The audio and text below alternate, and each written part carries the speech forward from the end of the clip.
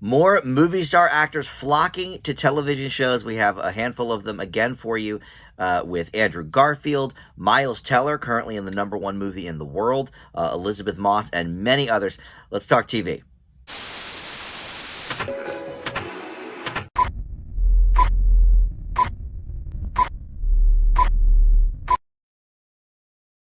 Hey guys, Dan here. This is Dan Reviews It. Welcome to TV news and reviews for the week. We're going to do 6 shows for you to talk about, including The Offer, starring Miles Teller, which is about the making of the movie The Godfather, Under the Banner of Heaven with Andrew Garfield, a comedy called I Love That For You with some Saturday Night Live vets, Shining Girls with Elizabeth Moss, and a couple of reality shows, game shows, what have you, to wrap things up. Who Do You Believe on ABC and BS The Game Show on Netflix. We're going to talk about all of that coming up, but of course first we tackle the news. But even before that, I do want to welcome you to Dan Reviews It and remind you that if you are not one of my subscribers yet, please consider clicking that subscribe button down below there. Trying to get to 1,000 subs before too long, and we do TV news and reviews every week, so if you are into the TV scene, this is where you want to be. All right, so let's get to the news. First up is renewals and cancellations, and I only have one of each because of course most of the networks did their upfronts last week or 2 weeks ago, so they revealed a lot of their renewals and cancellations there. But we have Barry on HBO for season 4. That has been renewed. It's currently airing season 3 after a nearly 3-year hiatus thanks to the pandemic. But obviously, you know, love for this show is very strong. I definitely watched the first season. I think I watched the first 2 seasons of this. I believe I was caught up before the pandemic, but now we're going to get a season 4 of that. And then ending, Riverdale. Its next season, which is number 7, will be its last. The CW just sort of axed half of their shows the other week anyway, but now they're saying Riverdale, which I only watched the first, 2.5 seasons of.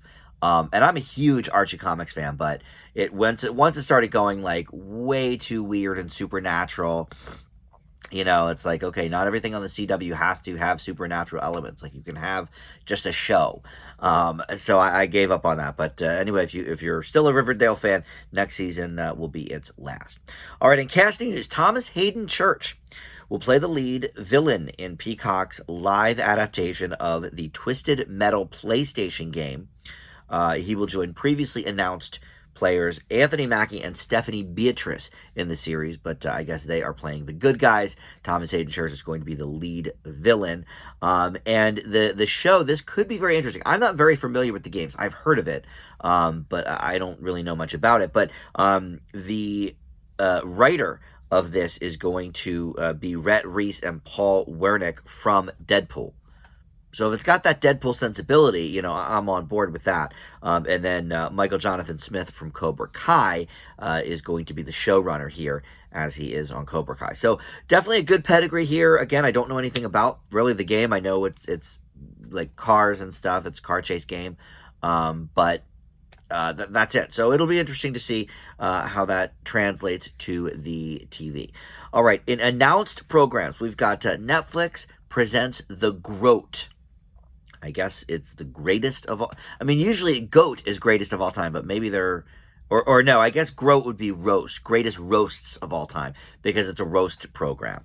Tom Brady's going to be the first target in 2023 for that. And just as an aside, I really hate Tom Brady. I have no reason to, really. I don't follow football. I don't care about football, whatever. But I see him on those stupid car commercials for Hertz, Rent-A-Car, and he just looks like he's so smug, and he's just, I just want to punch him. So I'm with you, football people that hate Tom Brady. Yeah, he stinks. I don't care about him on or off the field, but, well, off the field maybe. But and then I heard about that movie he is doing. This is so off topic, but there's a movie that he's doing where he's playing himself, and it's about these older women. I know Sally Field is one of them. I can't think of who the other ones are. Maybe Lily Tomlin. I forget. But anyway, Sally Field's definitely one of them. They go on a road trip. Oh, I think it's Diane Keaton is one. They go on a road trip to one of his games or something to meet him, and he plays himself and he's producing it. It's like, oh my god, dude, the ego. the ego on you. All right, anyway, let's get back to TV, shall we? So, in other announced shows, Helen Mirren and Harrison Ford, this is interesting, are going to star in another Yellowstone prequel. They are really milking this for all it's worth. 1932 is going to be the title this time around, and it's going to air like all of the other sequels and prequels on Paramount Plus.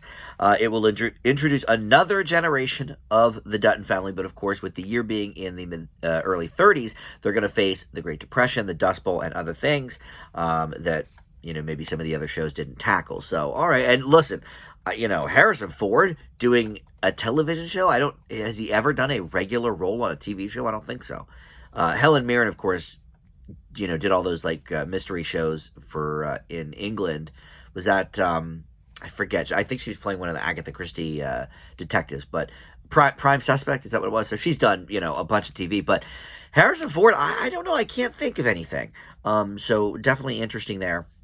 And then this is one that I probably won't watch because I don't have this streamer. It's one of the few I don't subscribe to. But Discovery Plus is going to bring us Downey's Dream Cars this fall. Robert Downey Jr. and his team of experts will revive classic cars, but also look to restore a battered global environment by creating eco-friendly autos for the 21st century. I'm a Downey Jr. fan, but look, I'm not going to subscribe to Discovery Plus just for this one show. I don't really watch sort of the home renovation shows and stuff, so but it certainly could be interesting, and I think it could bring a lot of eyeballs to Discovery Plus, certainly. All right, in odds and ends, we've got the XFL. It always is rearing its head once again. This time is the third go around, I think, for the XFL, but they have struck a deal with Disney that will see all regular season and playoff games for the XFL run on ESPN, ABC, and in its first sports rights deal since becoming part of Disney, FX. And it's a spring football league set to begin next spring in 2023, because, of course, this spring is pretty much over. But Dwayne Johnson is a part owner in that league, so that as well could, bring a lot of eyeballs to the XFL. Maybe it'll be a success this time around. I certainly won't be watching, but, God bless. All right, and Squid Game creator says that Season 2 will be out in, listen to this, late 2023 or 2024. So we've got to wait a while, maybe up to 2 years for Season 2 of Squid Game. I hope that people have not forgotten. I think in the era of COVID, where we've been waiting 3 seasons for a lot of shows, I know Stranger Things just premiered yesterday on Netflix. We've been waiting years and years for some of these shows, so I think people will wait, but it's unfortunate because I think, it had such momentum, such a standout show from all of the Netflix international offerings. So, okay. In reboots and spinoffs, we've got Rick and Morty, the anime. This is getting a 10-episode order over at Adult Swim. 2 previous anime shorts have been produced, and they have generated more than 10 million views combined on the Adult Swim digital platforms. So obviously they are having a hit there with that. Anything, I think, Rick and Morty becomes a hit. While the show is going to adapt themes and events from the main series, the anime is described as standing on its own as an original work. So you don't need to, sort of binge all of Rick and Morty to be able to understand the anime or whatever. Disney Plus is also looking to revive Daredevil. They obviously, got all of the Marvel R-rated content or TVMA content from Netflix earlier, and so now they have access to. Well, I guess they could have spun it off anyway, but it's going to be with the same actor, Charlie Cox. So makes sense that they would have needed to purchase first, so people can binge the original Netflix, or the original, Netflix series of Daredevil. Matt Corman and Chris Orb, who created USA's Covert Affairs, are going to write and produce the new Daredevil show. And I assume it's going to probably follow in line with, wherever the show left off. I think that was, 3 seasons on Netflix for Daredevil? Certainly one of the longer running ones from the Marvel canon. So, we'll see about that. All right, and I usually close with reboots and spinoffs, but I wanted to close with the season-ending statistics. Now that we're at the end of May, all the season stats for the broadcast networks and such, some of the streamers too, have been divulged. And so CBS is winning the season in overall viewers. No surprise there. They usually do because it caters to an older demographic, and that's who mainly watches live television anymore. The top comedy and drama they have in Young Sheldon and NCIS. They have the top new comedy and drama in Ghosts and NCIS Hawaii. However, NBC is the victor in 18 to 49, which is, of course, the coveted target for the advertisers. But they did have the Super Bowl and the Olympics and the final season of This Is Us. So, okay, makes sense that they would have generated that. Fox is in third overall, and then ABC is in last place. Unfortunate. That's where I watch a lot of my programs is ABC. And then over 4 trillion minutes have been viewed on the big 4 broadcast networks and the big 5 streamers. They do things now because of streaming services. They do it in minutes watched as of now. The regular shows on your networks, they still do those as okay. I think it's as long as you watch more than 10 minutes or 15 minutes or something, they count it as okay, you viewed this show. But in streaming, it's all about the minutes. So Netflix is number 1 overall with everybody. 1.334 trillion minutes viewed over the last broadcast season, which is from September through May. CBS in second place with 352 billion. NBC with 596 billion, ABC 471 billion, Fox with 323 billion, and then the other 4 streamers that they monitor are Disney Plus, Prime Video, Hulu, and Apple TV Plus, and that's the order they go in. Disney Plus had 245 billion minutes of views, Prime Video 173, Hulu 128, and Apple TV just 21, but it's billion, so that's still a lot. And streaming, so that's sort of the season ending thing. But for the end of April, with April statistics in now, because streamers usually go like a month behind, this is the second time in a row that streaming had its highest usage ever. It reached over 30% for the first time, which means that over 30% of all television viewing was done via streaming. So here's how that breaks down. Cable, 36.8%. So that's not broadcast networks. That is, whatever, MTV, TNT, USA, whatever. Streaming, 30.4%. Broadcast, 24.7%. So less than a quarter of TV viewing time is for broadcast networks. And other is 8.2%. And that includes playing video games. That includes, DVDs and Blu-ray, physical media play. And then in terms of streaming services, HBO Max got over 1% for the first time ever of the streaming views. So the streaming views, like I said, is 30.4% of all views, and that breaks down Netflix, 6.6% of all viewing. YouTube, including YouTube Live, is 6.1%. Hulu, which includes Hulu plus Live, is 3.3%. Prime Video, 2.5%. Disney, 1.7%. And HBO Max at 1%, leaving all others at 9.2%. So that is, Peacock, Discovery Plus, AMC Plus. There's so many these days. Shudder, I guess, is one of them. That's for like horror movies and stuff. But anyway, Netflix still reigns very, very supreme. I know a lot of people are saying, oh, the death of Netflix and blah, blah, blah. Yeah, okay. Maybe it's dipped a bit. I know for the first quarter ever, it has lost subscribers, but come on, it still reigns very, very supreme in terms of streaming, and obviously streaming's not going away, so Netflix is still going to be on top for a long, long time to come. Maybe Disney Plus will eventually overtake it, but I don't think so. I think, Disney Plus is still, pretty niche. It's kids and family mostly, and Marvel and Star Wars. They're expanding a little bit with the Beatles documentary and stuff, but for the most part, Netflix has a much wider array of offerings. All right, so speaking of offerings, let's get into the review portion. We've done the news long enough, and The Offer is first up, and this is the miniseries about the development of The Godfather from Francis Ford Coppola, and really goes through the initial writing of the book, and then figuring out how they're going to make it into a movie and who's going to be involved and whatever. So Miles Teller is the star here as Albert S. Ruddy, who is basically the person who is bringing this to the big screen, and he is still alive and counts himself as one of the executive producers of this program. but he produced The Godfather. Matthew Good is here. Dan Fogler plays Francis Ford Coppola. Patrick Gallo plays Mario Puzo, the author of the book. And there's, a lot of other people that you might recognize: Giovanni Ribisi and Juno Temple, Colin Hanks. So I was a little bit mixed on what to think about this going into it, because I just watched The Godfather for the first time earlier this year.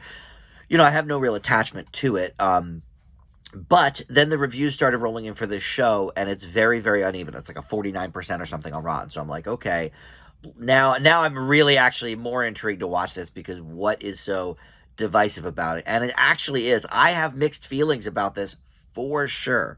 And it's interesting. I just watched Miles Teller in Top Gun a couple of days ago, like a day after I watched the first 2 episodes of this. And, he's very, very different in that movie from this. A lot of people in this program are lowering their voices. Giovanni Ribisi is doing this, like, really gravelly type voice. And it's like, dude, and I've seen Giovanni Ribisi in so many movies. He's never done any kind of voice like this. And it comes off to me as kind of comical. I know, look, Marlon Brando, did the whole, jowls thing, and he put the teeth in. So he had his own unique voice for the movie The Godfather, and I get it. But, Ribisi as this, like, mafioso boss is just kind of laughable, I think. He's not a main focal point, though. So let's talk about Miles Teller and some of that stuff. So Dan Fogler plays Francis Ford Coppola. He doesn't show up at all, I think, in the first episode, maybe at the very, very end. But then the second episode, obviously, he's more involved because now they're writing the movie. But he is, he comes across at sometimes as like a sort of buffoon, which makes sense for Dan Fogler, because he usually is sort of the comic relief in movies and shows. He certainly is more of the comic relief in the Fantastic Beasts movies. But he always plays sort of like an outlandish character. And I get the sense that is a very, very caricature-y presentation of Coppola. I've never known him to be, more of a comedic clown or a foil. And it's not always like that in this show, but there's moments where I'm just like, that seems too, like, broad for what they're trying to go for here.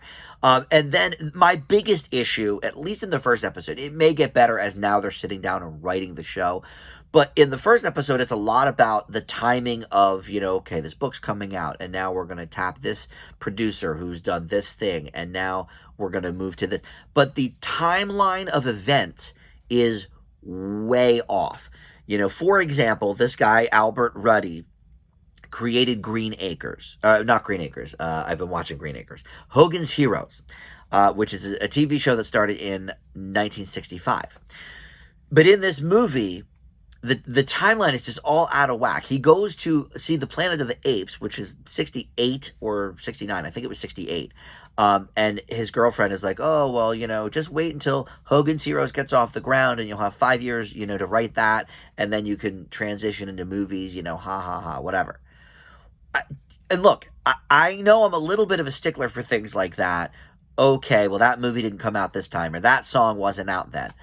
But when you have a show that is based entirely around the making of a movie, you need to get things like the timing of a TV show or a movie's release correct. It just seems very, very lazy to me, because obviously we now know, well, that certainly didn't happen. Planet of the Apes might have made Ruddy want to go into movie making, but it was years after Hogan's Heroes had come out. And to me, the viewer, there was no indication at all that this was a different sort of timeline or a different, year that we were in. There was no crawl at the bottom of the screen or anything. Everything seemed like it was happening the same week, basically. And so I definitely have mixed feelings about this. I can see why people are a little bit torn about it. I certainly am. Now, it may get better now that, we're getting through the beginning stages and we're sitting down to write. But look, I watched the first 2 episodes for my grade for a reason. It is the intro into the show. If you can't get that first episode right, you're not going to generate a lot of people wanting to return for 2 or 3. So I leave The Offer with a C. I'm with Rotten Tomatoes. It's right smack dab there for me in that C range.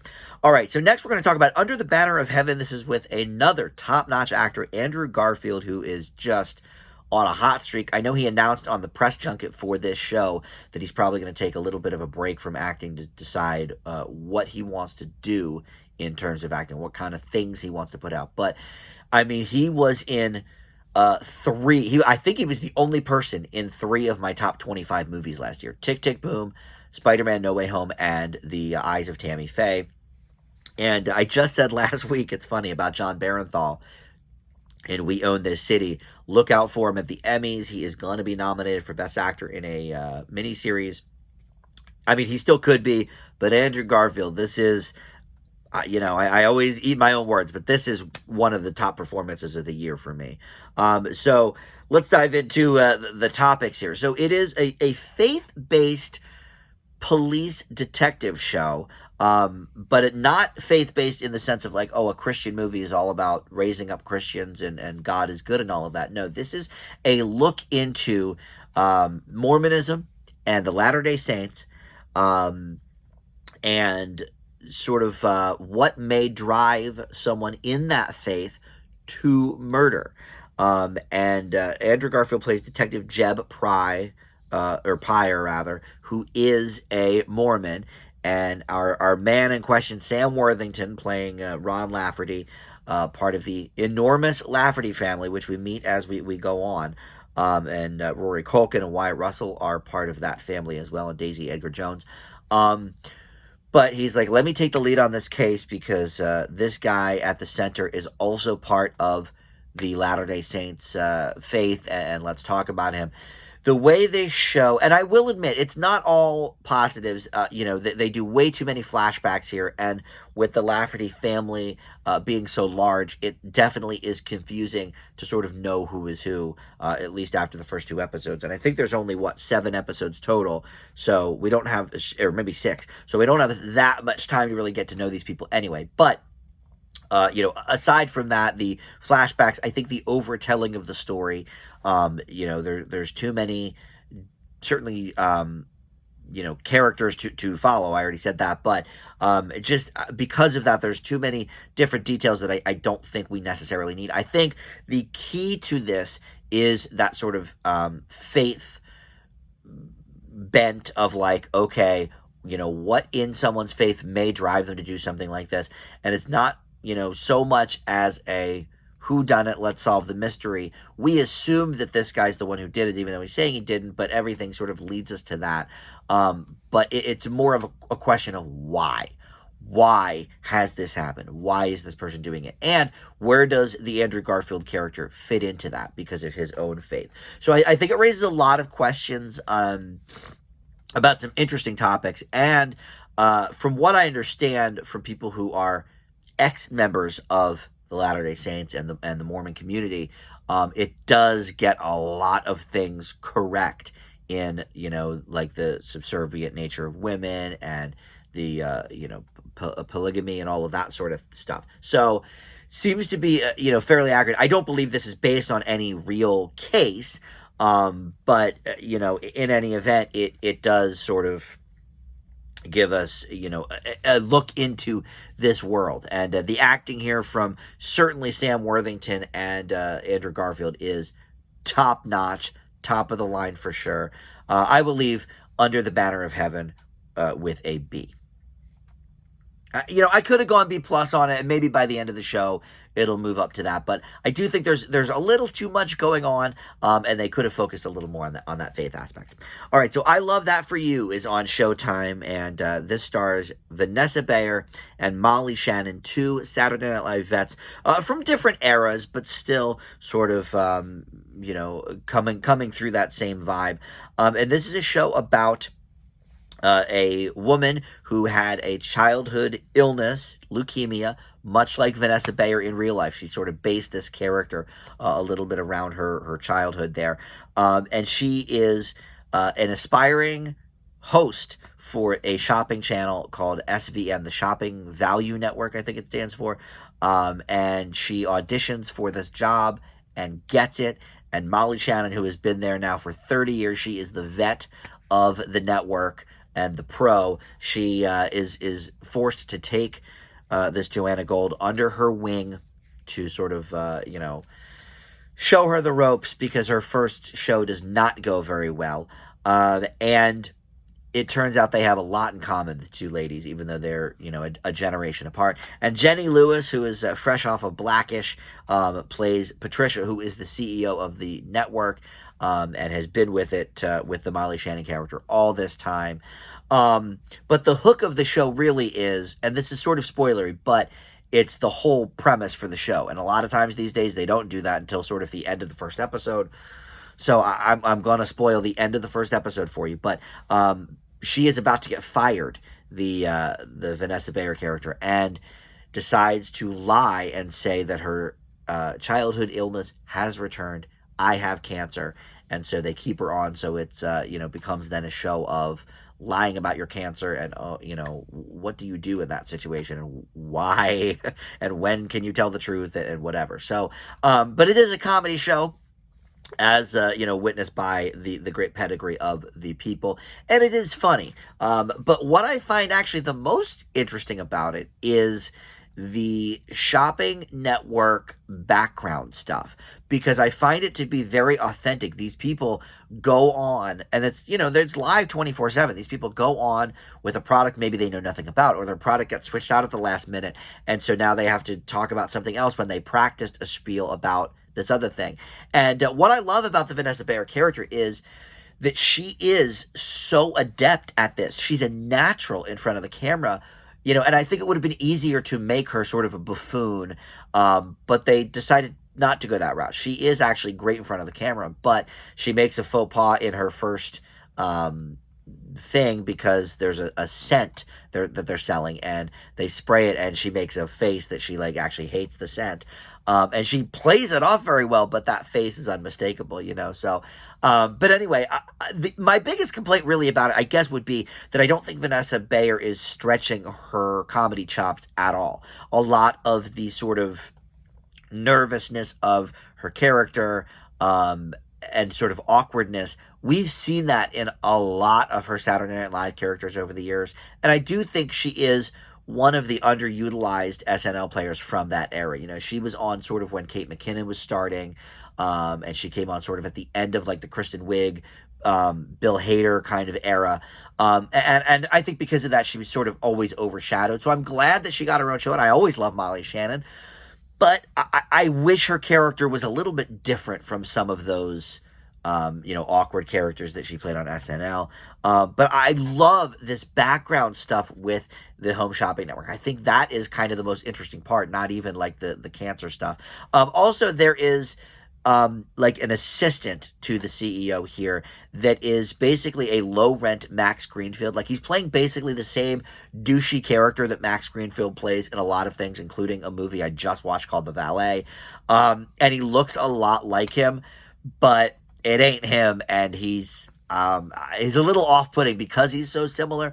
So look, there's a few negatives for sure, but I enjoyed this show a lot. I think it has potential, and I believe it is listed as a regular series. It's not going to be a mini series, so we could expect more seasons of this. I don't know. I'm going to leave I Love That for You with a B.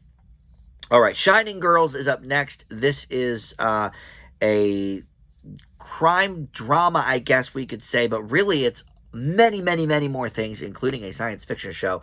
It stars Elizabeth Moss as this girl, Kirby, and it takes place years after a brutal attack left her in, obviously PTSD mode, but her reality does not seem to make sense to her. She is in this constantly shifting world, and then she learns that a recent murder is linked to her assault. So she teams up with a reporter to try and figure out what is going on in her current life, and her past as well. This is one of these shows, and we've done a few of them just this season alone on Dan Reviews It. From is one of them. But this is one that you need to focus on. A lot of times I watch shows while I'm working. I've been great at multitasking my whole life, but this is one where 10 or 12 minutes in, I was like, I need to start this over from scratch and really pay attention, because I'm not positive what is going on here? And it's because of that shifting reality. She is not seeing things the way that other people are seeing them. She sees people that suddenly sort of turn into other people because she's got this weird reality thing in her brain. So this is one of the more interesting shows of the year. I really like Elizabeth Moss. I didn't watch any of her shows really, which is funny. I've never seen Handmaid's Tale. I've never seen Mad Men, but I've seen a few of her movies, and she was like in the new Invisible Man, which was excellent. And I really like her. I think she has really got, and she's got an interesting look about her that I think helps her characters as well, because she is unique. I think in her look, just sort of the doe-eyed type of thing, I guess.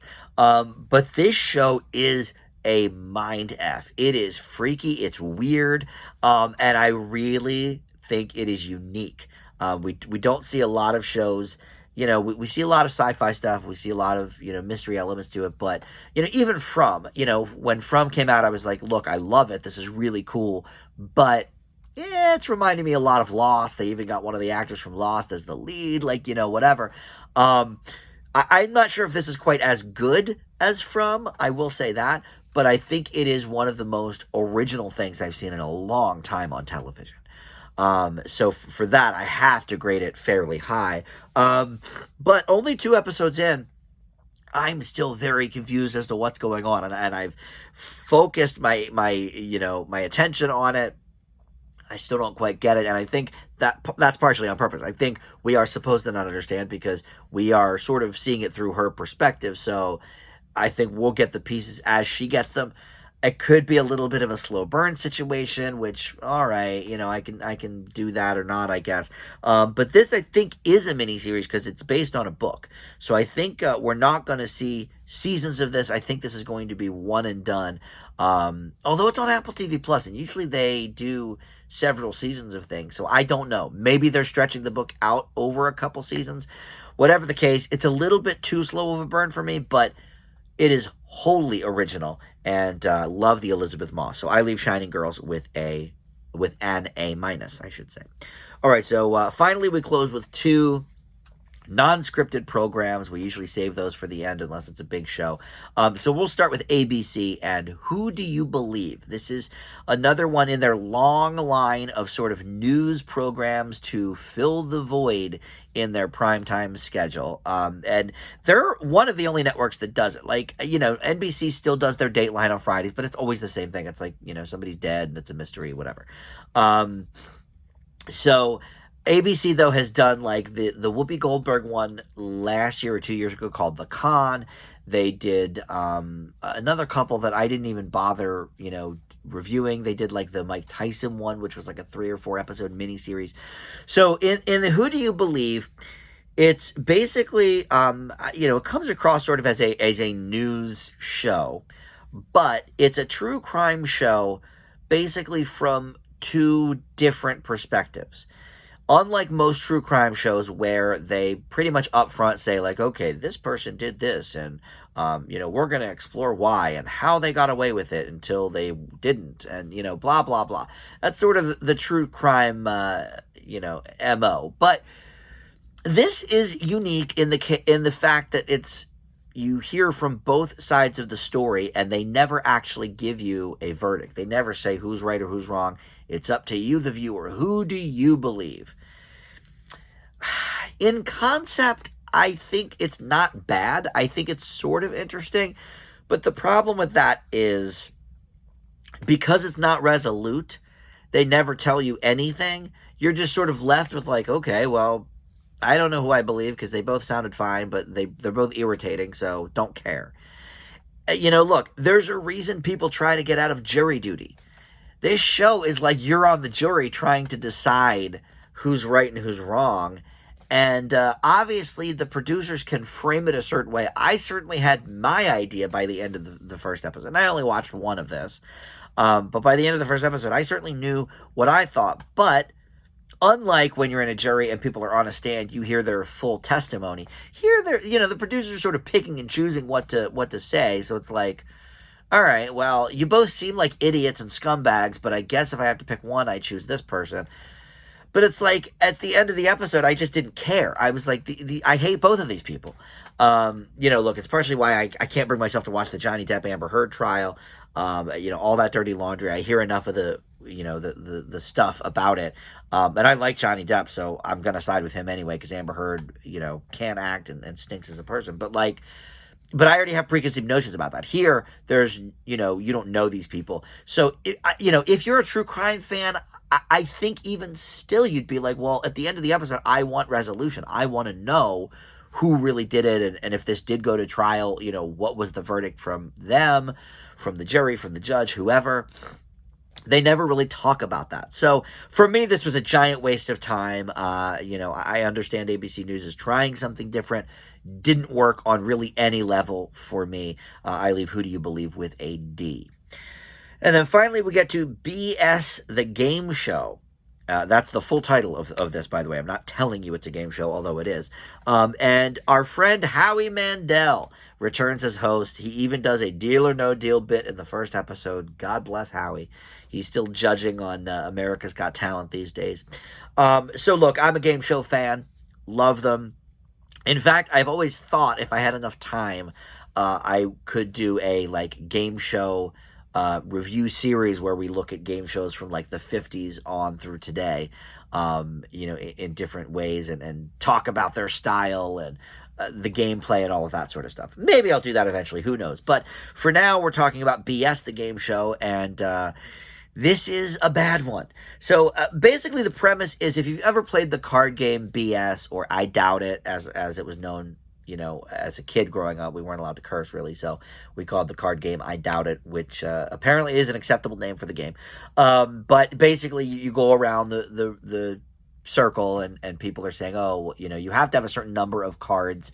Even if you don't have any in your hand, you have to BS your way around it. Oh, I have 1-6. When you don't have any, and people can call BS on you, and then you have to pick up the whole pile or whatever it is. So this is sort of that concept, but based around trivia. So the person goes up, they have 4 trivia questions, or a trivia question with 4 answers, like Millionaire. So they are rip-off number 1. And then they answer the question, and then give an explanation for why they know this is the right answer. And then the 3 people on the panel decide if they're telling the truth or lying. If they are fooling the panel, even if one person gets fooled and they're BSing the answer, but one person thinks it's real, then they get to stay on the show, and they keep going like that until they basically get found out. And they have a stopper. Okay, well, you can't leave with less than now $25,000.